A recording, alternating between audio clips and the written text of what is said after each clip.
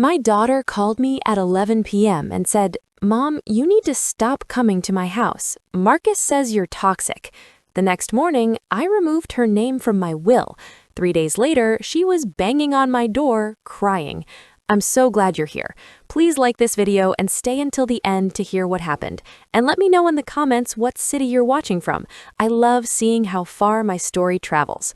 I'm Vivian Hayes, 67 years old, and I spent the last 40 years building something I was proud of. After my husband James died from lung cancer when our daughter Sophie was just 15, I didn't fall apart. I couldn't afford to. I had a teenage daughter who needed stability, college funds to worry about, and a mortgage that wasn't going to pay itself. So I worked. I started as a real estate agent, worked my way up to broker, then opened my own agency. Hayes & Associates became one of the most successful boutiques in Portland, Oregon. By the time I sold it 3 years ago, I had 12 agents working under me and a retirement portfolio worth $2.3 million. Sophie was my world. We were a team after James died. She'd help me prepare open houses on weekends, stuffing flyers into envelopes while I baked cookies to make houses smell like home. We had Friday movie nights that never stopped, even through her college years. When she graduated from Oregon State with a degree in graphic design, I was in the front row crying like a fool. She moved back to Portland, got a job at a marketing firm, and we fell into a comfortable rhythm. Dinner every Tuesday at my place, Sunday brunches at her favorite cafe, random texts about nothing and everything. We were close, best friends even. Then she met Marcus Webb. I should have known something was wrong from the beginning, but I wanted to give him a fair chance.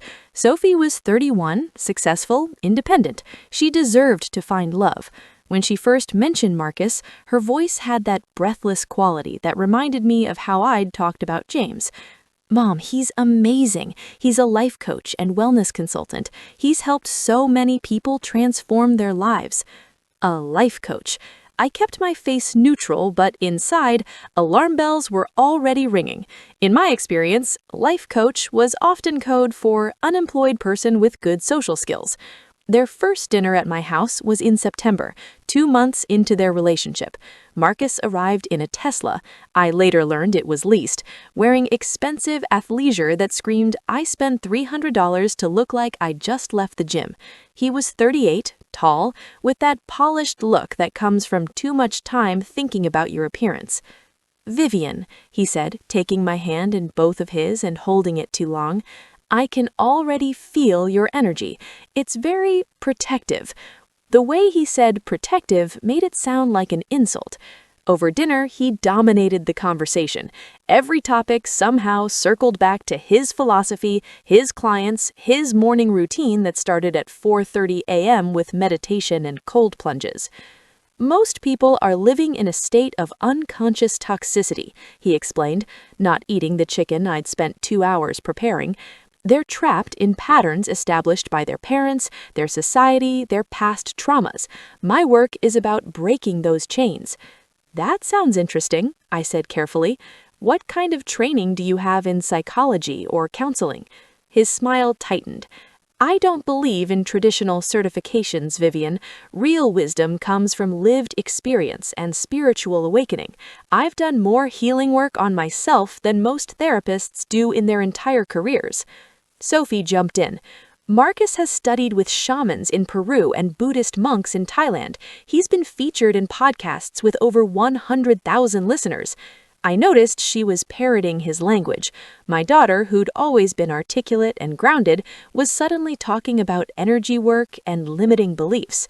After they left, I felt uneasy, but I told myself I was being overprotective. Sophie was an adult. She could date whoever she wanted. The changes started subtly. Our Tuesday dinners became every other week, then monthly. Sophie stopped returning my calls promptly. When she did call, conversations felt strained, like she was reading from a script. "I can't make brunch this Sunday, Mom. Marcus and I are doing a digital detox weekend." "How about next week?" "We're going to a breathwork intensive." "The week after?" A pause. "Mom, I feel like you're not respecting my boundaries."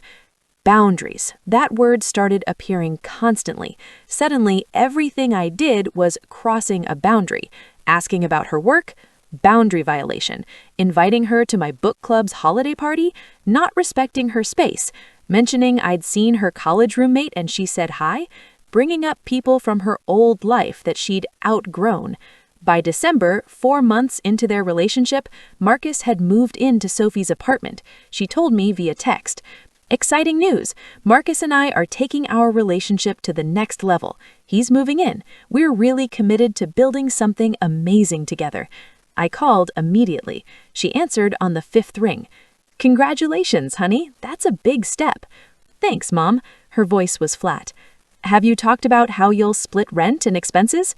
Silence. Then, Marcus isn't in a place financially to contribute equally right now. His coaching practice is in a growth phase. But relationships aren't about money, Mom. They're about support and partnership. My stomach dropped. Sophie, how much is he contributing? I don't think that's your concern. Sweetie, I'm not trying to pry. I just want to make sure you're being treated fairly. See, this is what Marcus warned me about. You don't trust my judgment. You think I'm making a mistake. I didn't say that. You don't have to. I can feel it. Marcus says people who haven't done their own healing work project their fears onto others. Sophie, I have to go, Mom. We're leading a meditation circle tonight. She hung up. Over the next 2 months, I watched my daughter disappear. The Sophie I knew, sharp, funny, independent, was being replaced by someone I didn't recognize. She quit her job at the marketing firm in January. I'm going to work with Marcus full-time, Mom. We're launching an online course about conscious relationships. This is my calling. What about your savings, your 401k? Money is just energy, Mom. When you're aligned with your purpose, abundance flows naturally. She'd cashed out her retirement account, $47,000. Gone. Invested in Marcus's business venture. I tried talking to her. She shut me down. I tried talking to her best friend, Jenna. I know, Vivian, I'm worried too, but every time I bring it up, Sophie says I'm being negative and unsupportive. She stopped answering my calls. By March, I'd been downgraded to bi-weekly phone calls that lasted less than 10 minutes. I wasn't invited to her apartment anymore. Marcus's clients come over for sessions, Mom. It's important we maintain the space's energy. Then came Easter. Sophie and I always spent Easter together. It was our tradition. Brunch at the Haithman, then a walk through the Japanese garden. I'd made reservations 2 months in advance. 3 days before Easter, Sophie texted, "Can't make Easter this year. Marcus and I are facilitating a couples retreat in Sedona. Sorry for the late notice." Not even a phone call, a text. I sat in my living room looking at the photos on my mantle. Sophie at 5, gap-toothed and grinning. Sophie at graduation, James's smile in her face. Sophie and me last year, arms around each other at Powell's bookstore. When had I lost her? I called my sister, Patricia, in Denver. She'd been widowed young, too, had raised 2 kids alone. She understood. Viv, this sounds like classic isolation. These controlling types always follow the same playbook. Cut off family, cut off friends, make the victim dependent. What do I do? You document, you watch, you stay calm, and when it falls apart, and it will, you make sure she has somewhere safe to land. I hired a private investigator. I know how that sounds. Invasive, distrustful, paranoid, but I couldn't shake the feeling that Marcus was dangerous. If I was wrong, I'd apologize. If I was right, I needed evidence. The investigator's name was Diane Reeves, a former police detective who'd gone private. She had gray hair in a practical bob and the kind of steady gaze that had probably elicited 1,000 confessions. "Tell me everything," she said. I did. When I finished, she nodded slowly. "I've seen this before. Give me a week." She called me back in 5 days. "Can you come to my office?" The manila folder she handed me was thick. I opened it with shaking hands. The first document was a background check on Marcus Webb. Real name Marcus Weinstein. He'd legally changed it 4 years ago. "He has a history," Diane said quietly. 3 women have filed restraining orders against him over the past 7 years. All followed the same pattern. He'd move in, isolate them from family, drain their savings for his business ventures, then disappear when the money ran out. I felt sick. Has he been charged with anything? Twice, once for fraud, once for identity theft. Both times the charges were dropped because the victims refused to testify. He's good at making women protect him. The next documents were financial records. Diane had connections. What she'd found made my blood run cold. Marcus had $89,000 in credit card debt. He'd been evicted from 3 apartments in the past 6 years for non-payment. The Tesla? Leased in Sophie's name. She was on the hook for $847 a month. There's more. Diane pulled out her laptop and showed me Marcus's social media history. His Instagram went back years, documenting a series of relationships with women who all looked similar, mid-30s, professional, successful. Each relationship followed a visible pattern: luxury vacations, expensive restaurants, posts about conscious partnerships and divine union.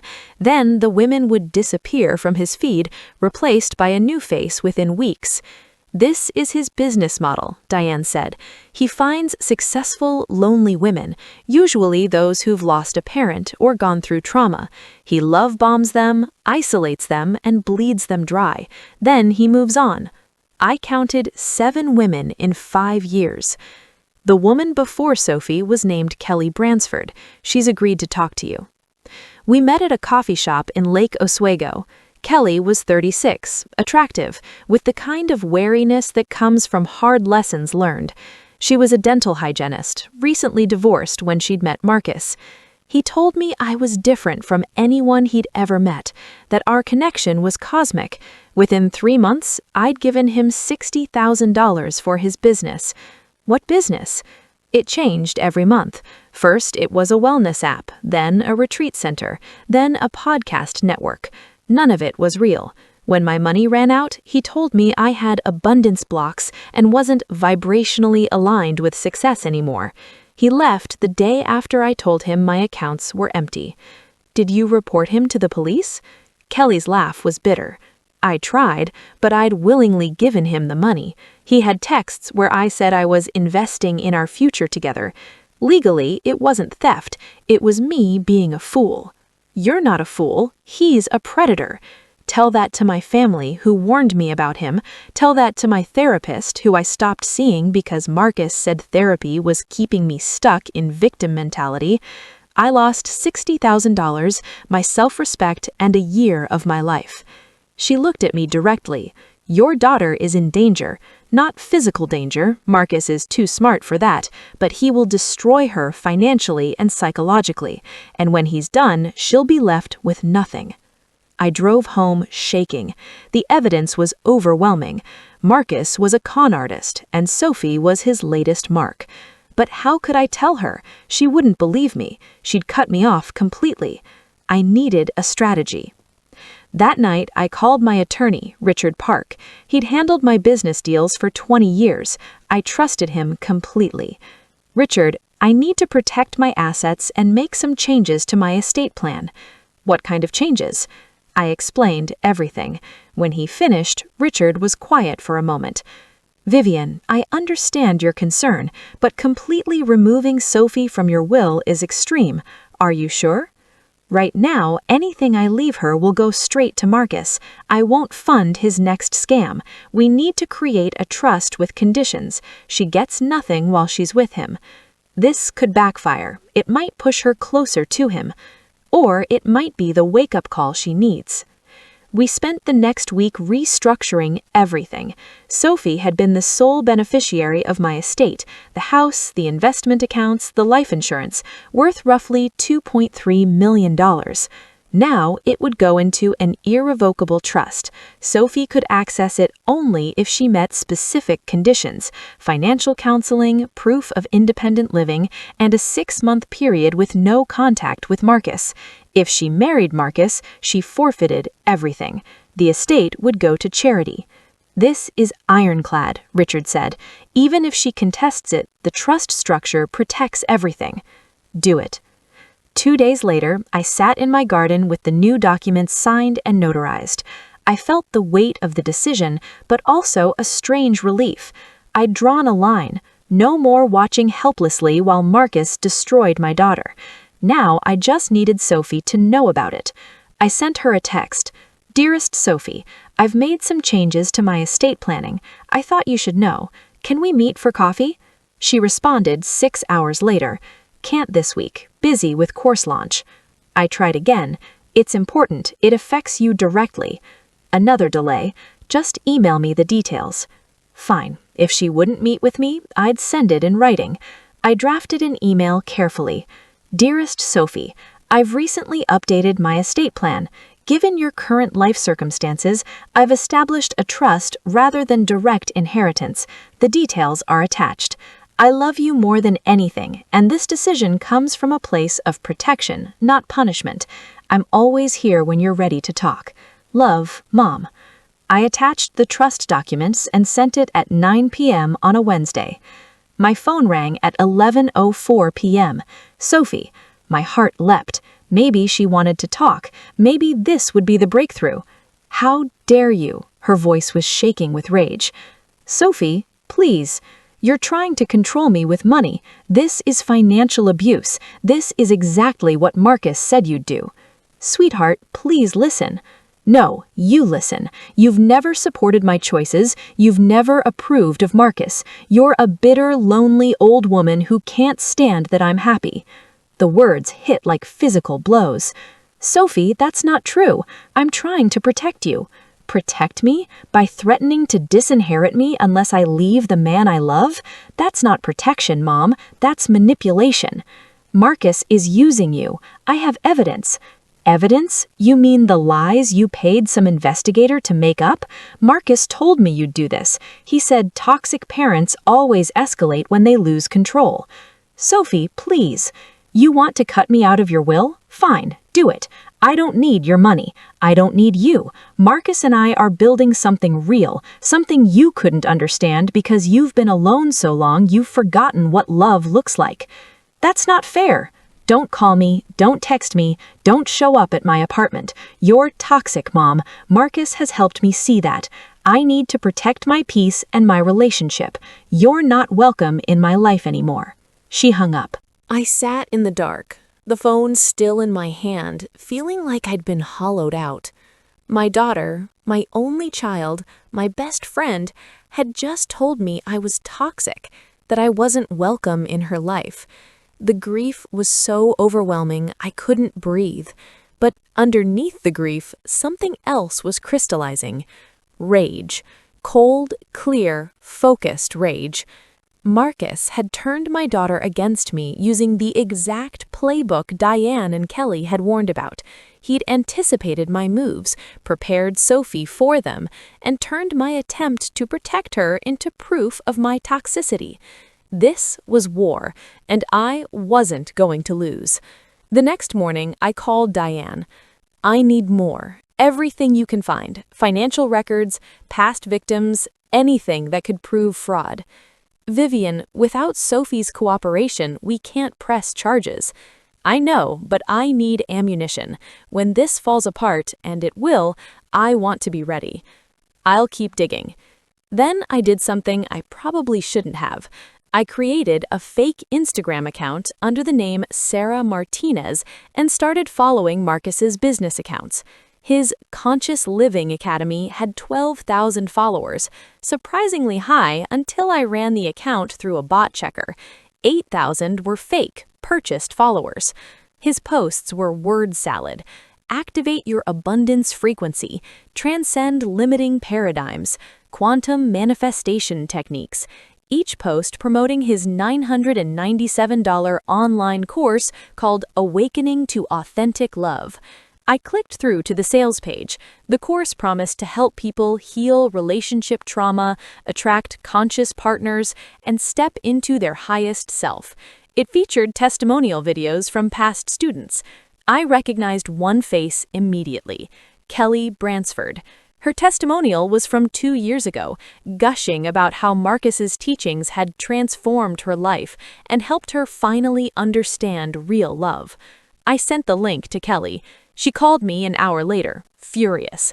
I never gave him permission to use that. That video was from when we were dating. He recorded me talking about his work and turned it into a testimonial. Vivian, I want him stopped. Are you willing to go public? A pause. What do you mean? Write your story, post it where people can see it, warn other women. He'll sue me for defamation. Let him try. Truth is an absolute defense, and Diane can document everything. Kelly was quiet for a long moment. Okay, yes, I'm in. Over the next 2 weeks, Kelly wrote a detailed post about her experience with Marcus. Diane helped her compile evidence, bank statements, texts, emails. Everything documented the financial exploitation. Kelly posted it on Instagram and tagged Marcus's business accounts. The response was immediate. Within 24 hours, 3 other women had commented with similar stories. Within 48 hours, a woman named Angela had sent Kelly a direct message. I think I'm his current target. Can we talk? Not Sophie, another woman. Marcus was already lining up his next victim while still living off my daughter. I felt sick and vindicated at the same time. Marcus's response was predictable. He posted a long, rambling message about haters, unconscious people spreading negativity, and spiritual attacks from those not ready for truth. He said Kelly was a wounded soul who was projecting her own toxicity. His followers, the real ones, started questioning him. The comments section filled with people asking for refunds, sharing their own doubts, demanding accountability. His carefully constructed image was cracking. But Sophie?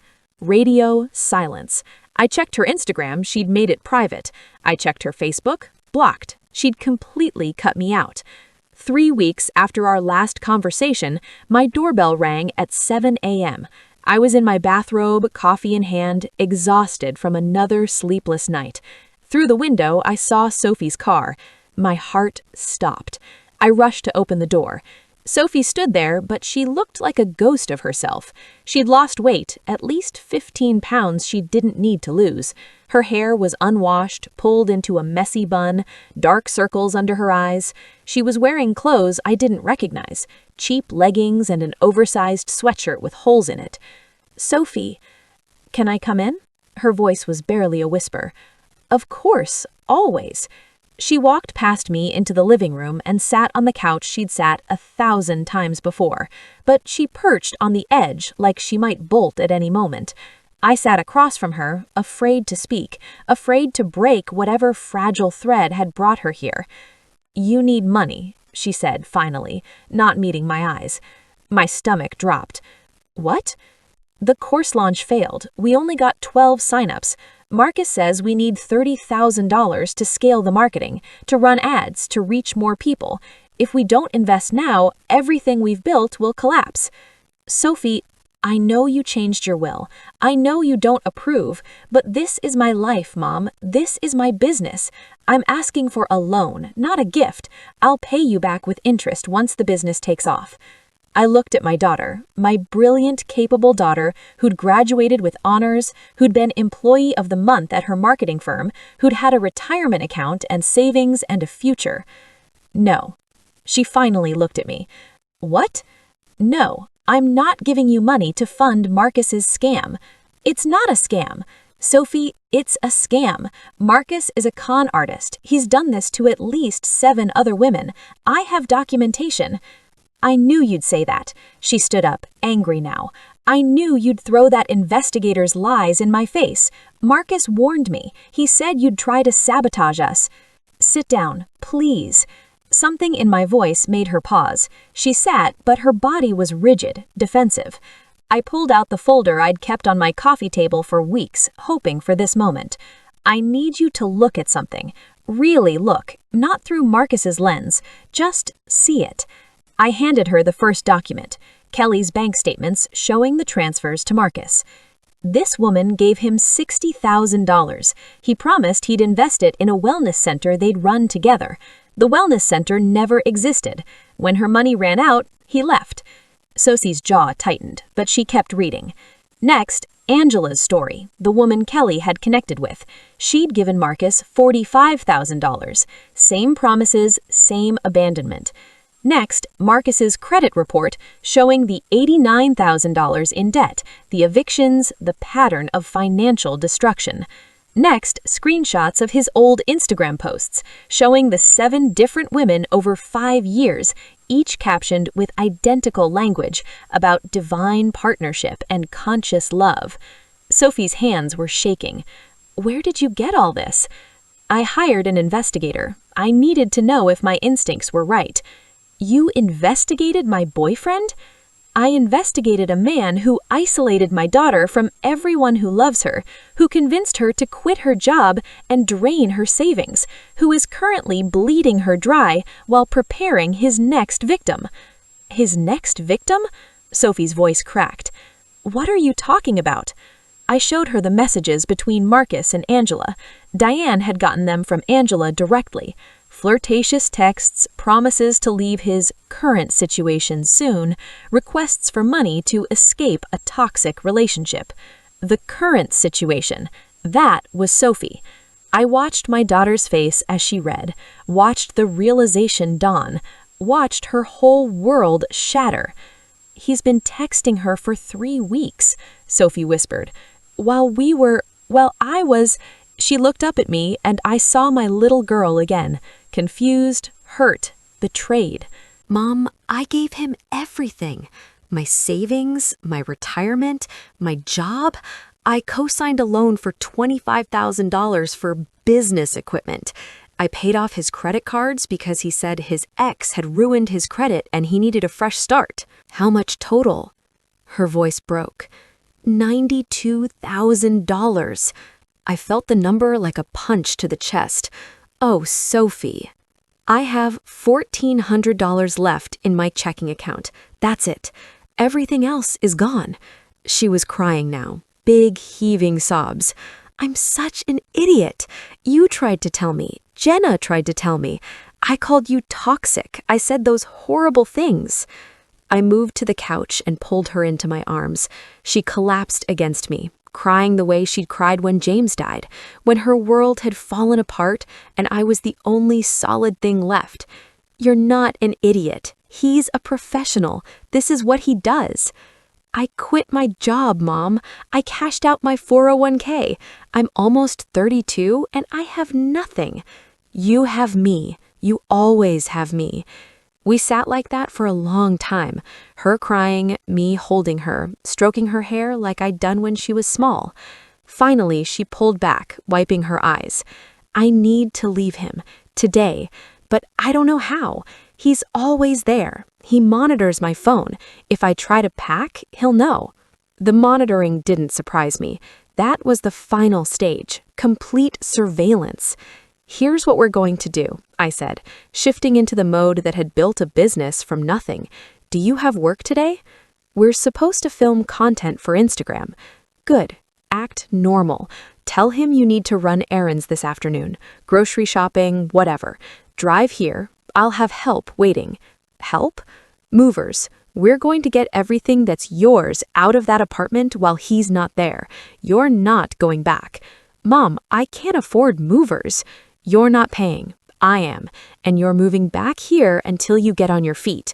The lease is in my name. I'm responsible for rent. We'll handle that. First, we get you out safely. Everything else comes after." Sophie nodded slowly. Okay. She checked her phone and her face went pale. "I have 7 missed calls from him." "Don't answer yet. Let him sweat. When you do call back, you're at the store, your phone was on silent, everything's fine. Can you do that?" "I think so." "Sophie," I took her hands. "This is going to get ugly. He's going to try every manipulation tactic he knows. He'll cry, threaten, promise to change, maybe even threaten to hurt himself. None of it is real. It's all part of the playbook. Can you be strong enough to ignore it?" She took a shaky breath. "I have to be, don't I?" "Yes, but you don't have to be strong alone. I'm with you, and I'm not letting him hurt you anymore." We spent the next 2 hours planning. Sophie would go back to the apartment, act normal, then leave around 2 p.m. for errands. The movers would arrive at 2:30. Diane would be there to document everything and act as a witness. We'd get Sophie's belongings, her clothes, laptop, personal items. The furniture could stay. By 1:45 p.m., Sophie called. "I'm leaving now. He bought the story about needing to get groceries and run to the pharmacy." "Good. Drive straight here. Don't stop anywhere." She arrived at my house 20 minutes later, parked in the garage so her car wasn't visible from the street. She was shaking. The movers arrived at 2:30, along with Diane. My friend Patricia came too for moral support. We drove in convoy to Sophie's apartment in southeast Portland. Sophie unlocked the door with trembling hands. "He teaches a class until 5. We should be safe." We moved fast. The movers grabbed her clothes, books, art supplies, all the things that were distinctly hers. Patricia helped Sophie pack jewelry and photos. Diane documented everything with photos and video, creating a record in case Marcus tried to claim Sophie had stolen something.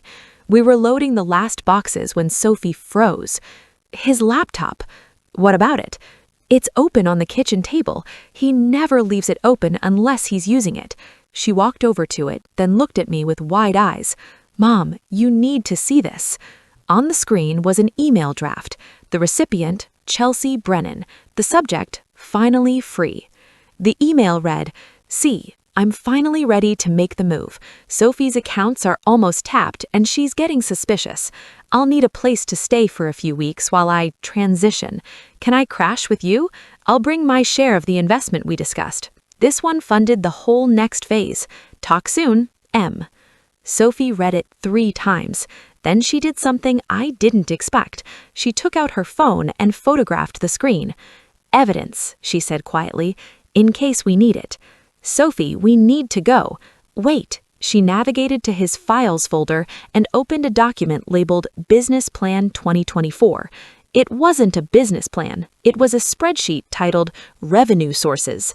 7 names, including Sophie's. Next to each name, dates, amounts extracted, status. Kelly Bransford, $60,000, complete. Angela Martinez, $45,000, complete. Jessica Tran, $38,000, complete. Sophie Mitchell, $92,000, in progress. "In progress," Sophie whispered creepily. "I'm in progress." At the bottom of the spreadsheet was a note, "Target for 2024, $250,000 total. On track." Next, Chelsea B. Estimated potential, $75,000. Diane was photographing everything over Sophie's shoulder. "This is evidence of criminal fraud. With this and testimony from his previous victims, we can press charges." Sophie looked at me. "I want him arrested." "Are you sure? It'll mean going public, testifying, facing him in court?" "I'm sure. If I don't stop him, he'll just do this to Chelsea, and then someone else, and then someone else. It has to end." We copied the entire contents of his laptop onto a flash drive, then left. We were pulling away when Sophie's phone started ringing. Marcus. She didn't answer. By the time we got back to my house, Sophie had 32 missed calls and 17 text messages. They followed the predicted pattern. "Babe, where are you?" "Sophie, I'm getting worried." "Did something happen? Call me." "Why aren't you answering? This isn't like you." "Sophie, you're scaring me. Please just let me know you're okay." Then the tone shifted. "Did you go to your mom's? Are you letting her poison you against me again? I know your mom has been manipulating you. Don't let her ruin what we have. Everything I've done has been for us, for our future. Don't throw it away." Then anger. "You took your stuff? Are you seriously running away like a child? After everything I've sacrificed for you, this is how you repay me? You're going to regret this. I made you. Without me, you're nothing." Finally, desperation. "Sophie, please, I love you. We can work through this. Just talk to me. I can't live without you. If you leave me, I don't know what I'll do. Please, I'm begging you, don't throw away our love." Sophie read them aloud, her voice getting steadier with each one. "He thinks I'm stupid enough to fall for this." That's because it's always worked before, Diane said, but you're not his previous victims. You have support, evidence, and resources. That evening, we went to the police station.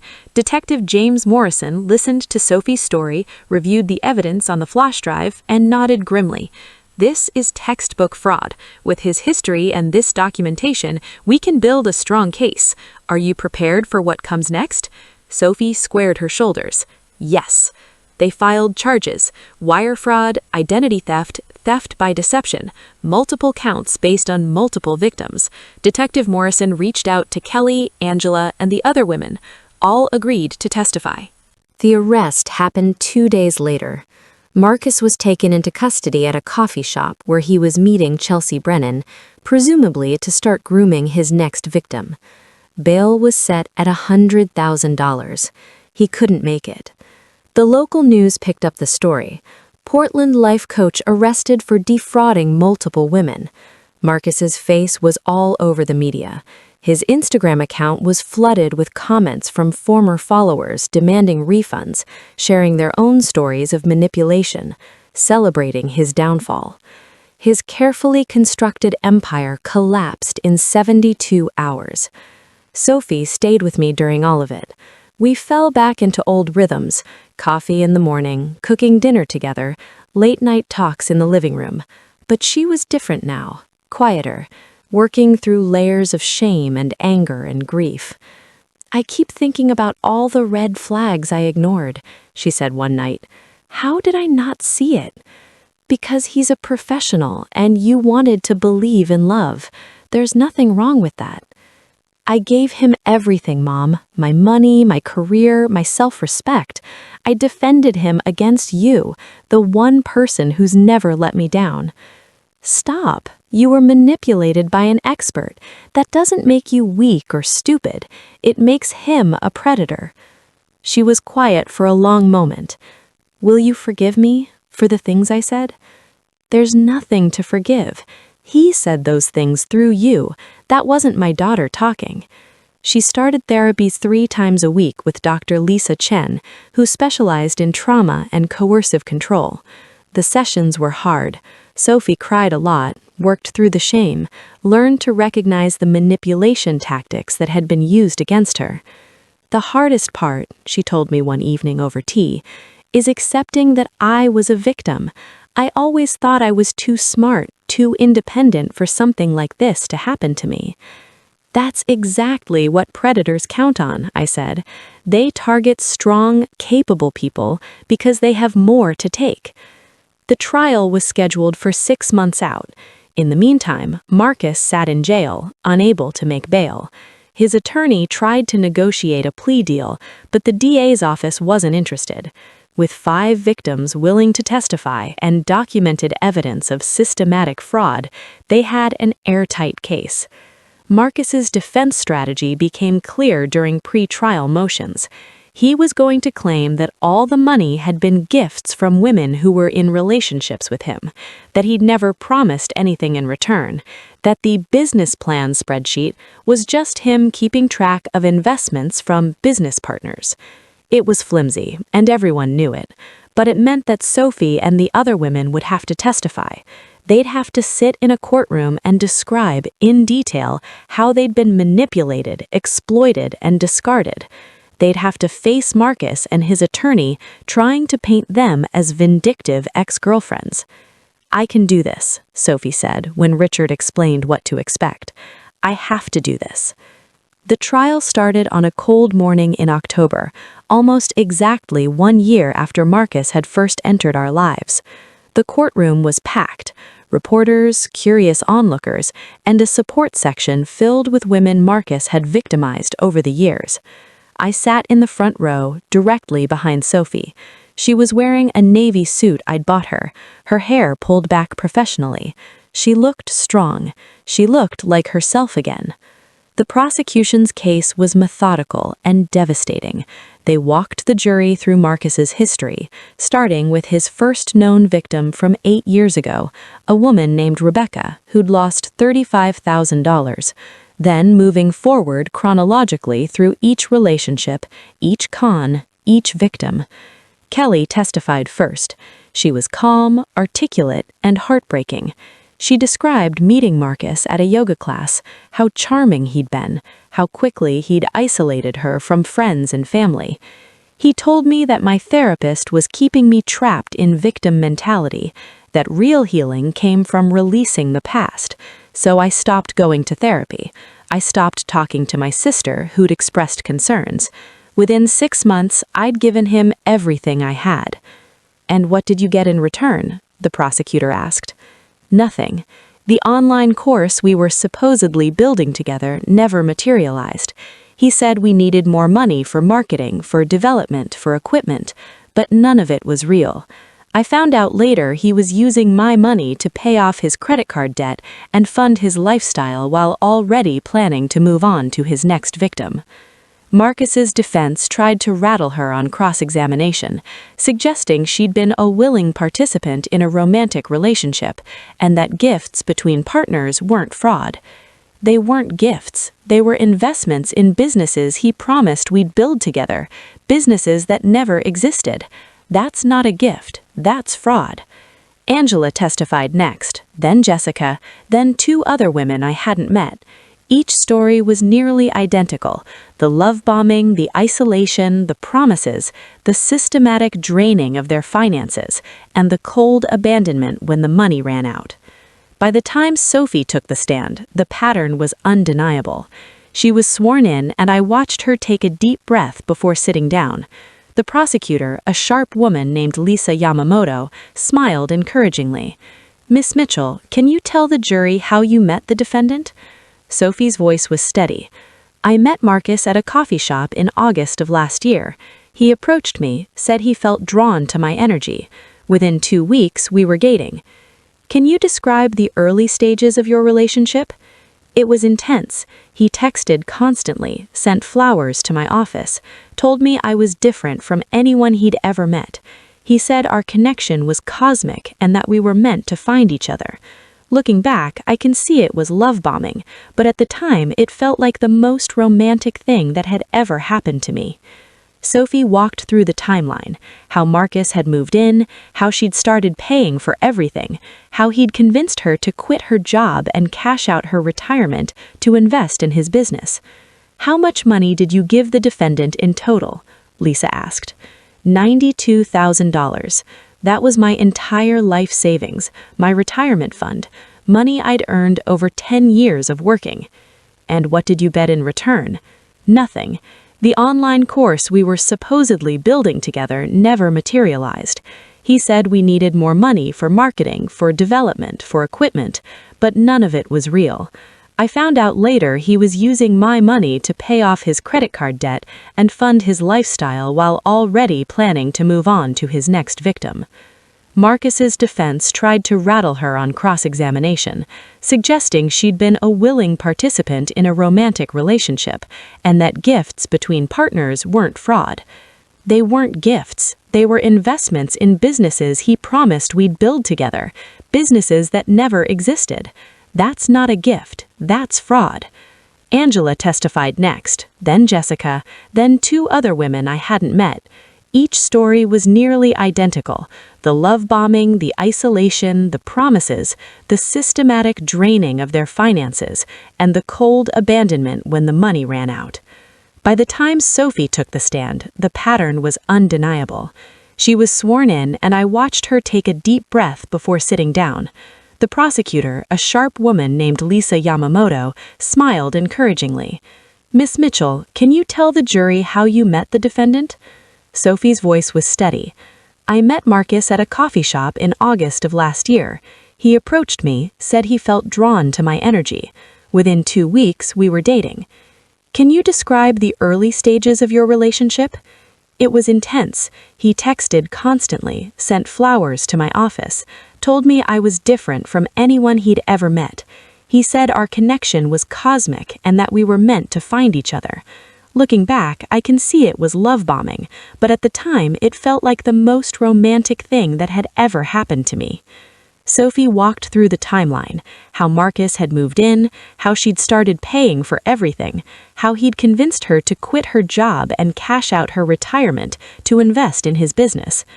How much money did you give the defendant in total? Lisa asked. $92,000.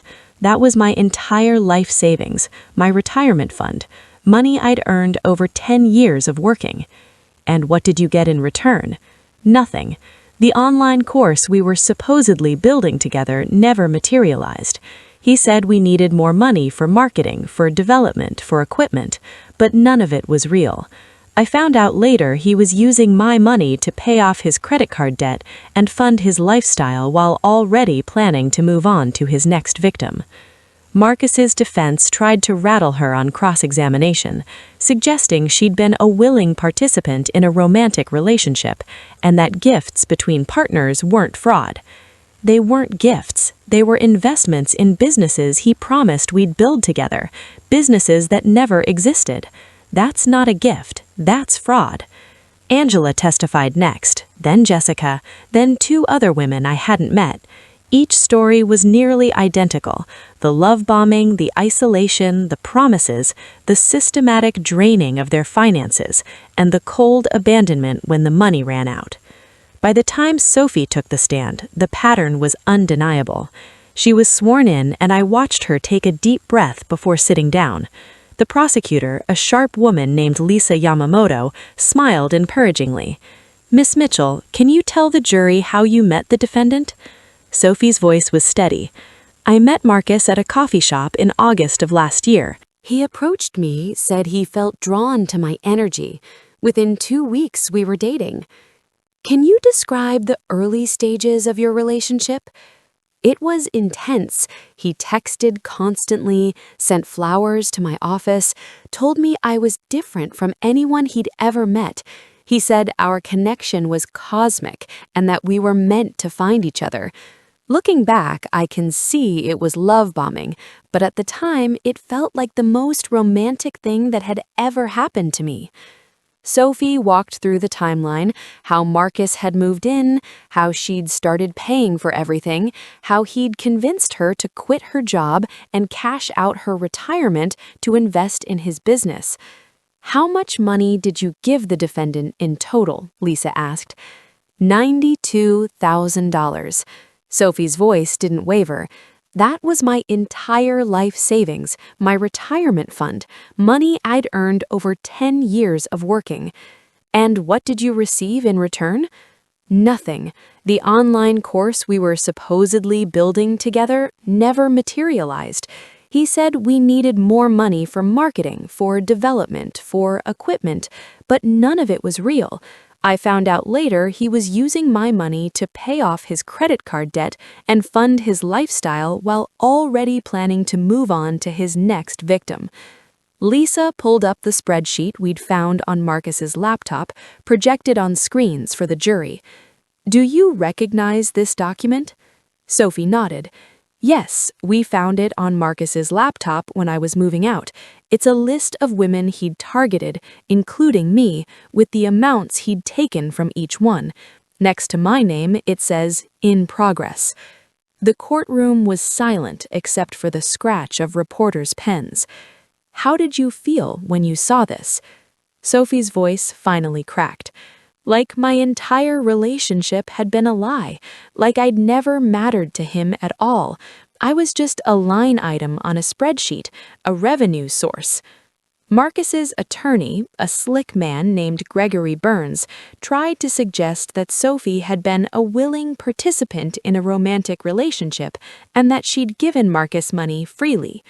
"Ms. Mitchell, isn't it true that you never asked the defendant to sign a promissory note?" "He told me we were building a business together as partners. I trusted him. That's what you do when you love someone." "But you willingly gave him access to your accounts, didn't you?" "After he convinced me that sharing finances was what conscious couples did. After he isolated me from my mother and my friends who might have warned me. After he spent months grooming me to trust him completely." "So you're saying you bear no responsibility for your own financial decisions?" Sophie looked directly at Gregory and I saw steel in her eyes. I'm saying that being trusting doesn't make fraud illegal. I'm saying that a predator is still guilty even if they're good at what they do." The gallery erupted in quiet applause. The judge banged his gavel, but he was almost smiling. Gregory had no more questions. The defense's case was pathetic. Marcus didn't take the stand. His attorney knew he'd be eviscerated. Instead, they called character witnesses who testified that Marcus was a spiritual person and a gifted teacher. The prosecution shredded them on cross-examination. "Did you give Mr. Webb any money?" "No?" "Then you weren't in a position to see his true character, were you?" The jury deliberated for 3 hours. When they came back, every single one of them looked at Marcus with disgust. "On the charge of wire fraud, how do you find?" "Guilty." "On the charge of identity theft?" "Guilty." "On the charge of theft by deception?" "Guilty." 5 counts. Guilty on every single one. Marcus's face went white. He'd actually believed his charm would work on the jury the way it had worked on all those women. It hadn't. Sentencing came 2 weeks later. The judge, an older woman named Sandra Callahan, had clearly had enough of Marcus's type. "Mr. Webb, you are a predator. You systematically targeted vulnerable women, exploited their trust, and destroyed their financial security for your own gain. You showed no remorse, took no accountability, and even attempted to blame your victims for your own criminal behavior." She sentenced him to 8 years in federal prison, followed by 5 years of supervised probation. Full restitution to all victims, $342,000 total. A permanent restraining order preventing him from contacting any of the women. "And, Mr. Webb," Judge Callahan added, "I'm recommending you serve every single day of those 8 years. No early release, no good behavior considerations. You are precisely the type of person our justice system was designed to remove from society." The courtroom erupted. Sophie grabbed my hand and squeezed so hard it hurt. She was crying, but they were tears of relief. Outside the courthouse, reporters swarmed us. Sophie had agreed to make a statement. "I want other women to know that if something feels wrong in a relationship, trust that feeling. Don't let anyone isolate you from the people who love you. Don't let anyone convince you that your concerns are toxic or that you're being negative. Real love doesn't require you to abandon yourself." A reporter called out, "What would you say to other victims of financial abuse?" Sophie looked directly at the camera. "That it's not your fault, that being trusting isn't a character flaw, that you can recover, and that speaking up, as scary as it is, can stop these predators from hurting more people." The story went viral. Sophie's statement was shared thousands of times on social media. Women started coming forward with their own stories of financial abuse, not just by Marcus, but by other con artists using similar tactics. Sophie became an accidental advocate. She started a blog about financial abuse and coercive control. She did interviews on podcasts and local news. She partnered with domestic violence organizations to help them recognize financial manipulation as a form of abuse. "I'm turning the worst experience of my life into something meaningful," she told me 6 months after the trial. "If my story helps even one woman recognize the red flags and get out, then it wasn't for nothing."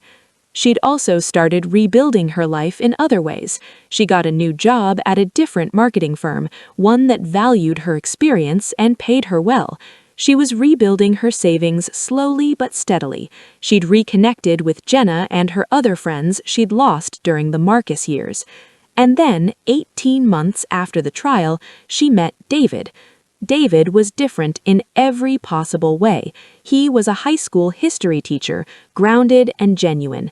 Their relationship developed slowly. No love bombing, no rushing, no grand promises, just steady, consistent kindness. When Sophie brought him to dinner at my house, I watched him carefully, but there were no red flags. He talked about his students with genuine affection. He asked me questions about my life and actually listened to the answers. He treated Sophie like an equal partner, not a project or a mark. "What do you think?" Sophie asked after he'd left. "I think he's exactly what you deserve," I said. They dated for 2 years before getting engaged. David proposed during a quiet dinner at home, not with a flashy display, but with a heartfelt speech about wanting to spend his life with her. The wedding was small and perfect, in my backyard, under the oak tree James had planted 30 years ago. Sophie wore a simple dress and carried wildflowers. David's wows made everyone cry. "I promise to be your partner, not your savior, to support you, not control you, to love you exactly as you are, not who I think you should become." When Sophie said her vows, she included something unexpected. "I promise to trust my instincts, to value the people who've loved me all my life, and to never forget that real love makes you more yourself, not less." She looked directly at me when she said it. I'd given a short speech at the reception, just a few words about watching my daughter survive something that would have broken many people and come out stronger. Sophie learned the hard way that not everyone who says they love you actually does, I said, but she also learned that the people who truly love you will never give up on you, even when you push them away, even when you say they're toxic, even when you say you don't need them. "You always needed me, sweetheart, and I always needed you. I'm so proud of the woman you've become." There wasn't a dry eye in the backyard. 2 years after the wedding, Sophie and David had a daughter. They named her Vivian James Mitchell Rodriguez. Vivian, after me, James, after the grandfather should never meet. The first time I held my granddaughter, Sophie said, "I want her to know what real strength looks like, what it means to fight for the people you love, even when it costs you everything."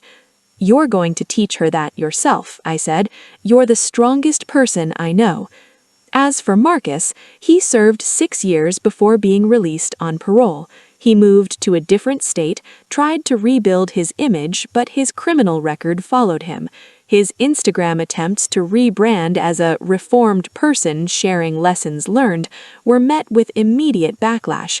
His past victims, including Sophie, made sure his story was well documented online. The last I heard, he was working in sales at a car dealership, living in a studio apartment, with wages still being garnished for restitution payments he'd be making for the next 20 years. His carefully constructed life of luxury, built on other people's trust and money, was gone forever. Meanwhile, my life was full in ways I'd never imagined. Sophie and I were closer than ever. I had a son-in-law I adored and a granddaughter who already had James's smile and Sophie's determination. I'd also become something of an advocate myself.